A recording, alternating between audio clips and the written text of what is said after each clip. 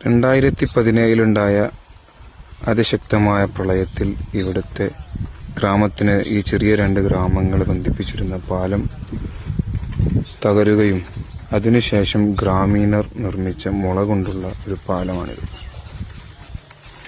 ഇതിലൂടെ ബൈക്കുകളും സൈക്കിളുകളും ഒക്കെ പോകുന്നുണ്ട്.